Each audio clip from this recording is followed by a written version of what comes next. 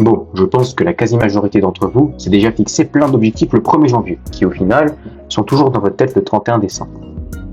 Bon, bah dites-vous que c'est normal, et selon de nombreuses études menées, 19% des personnes tiennent réellement leurs résolutions sur le long terme. Mais alors d'où ça vient? Eh bien en général, lorsqu'on se fixe des objectifs lointains, notre cerveau a tendance à le repousser pour prioriser ce qu'il veut maintenant.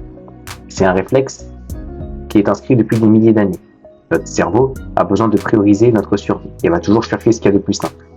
Et comme la plupart des gens au XXIe siècle vivent dans le confort, l'effort et l'inconnu va être interprété par notre esprit de danger, car il nous sort de notre zone de confort et nous expose à un monde potentiellement inconnu et dangereux. C'est pourquoi, même quand on a de la bonne volonté, en général on procrastine. Le plus important est de se dire que les résultats se feront dans la souffrance et l'effort. Aussi simple que ça. Sinon, on serait encore à l'âge de pierre.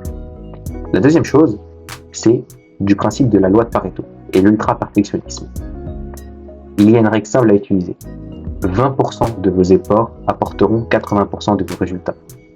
Par exemple, si vous publiez votre première vidéo YouTube, comme celle-ci, ne vous concentrez pas sur tous les détails. Parce que le plus important, c'est de publier. Puisque personne ne va voir votre vidéo en réalité. Et ça s'applique pour tout dans la vie. Quand vous allez à la salle, ciblez les exercices principaux.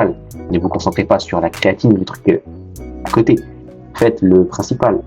Pour vos études, apprenez le cours, mais pas tout le cours. Apprenez ce qui est exigible au cours. Les remarques, tout ça, on s'en fiche un peu.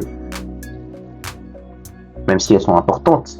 Mais le plus important, c'est les 20% de votre cours.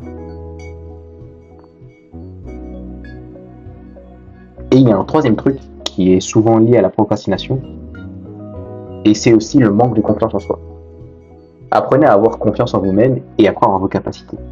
La plupart des gens vivent sous le regard des autres, ils se disent qu'ils ne peuvent pas faire les choses, et au final, à force, quand ils ont une tâche à faire, se disent que la tâche est au-dessus d'eux. Non, vous pouvez tout à fait faire cette tâche, c'est juste une question de volonté. C'est juste une question de volonté, et il faut le faire.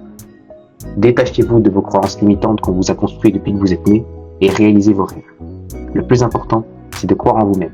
Car si vous avez la ferme conviction que vous pouvez le faire, vous pourrez réaliser tout ce que vous souhaitez et la procrastination ne sera plus dans votre vie.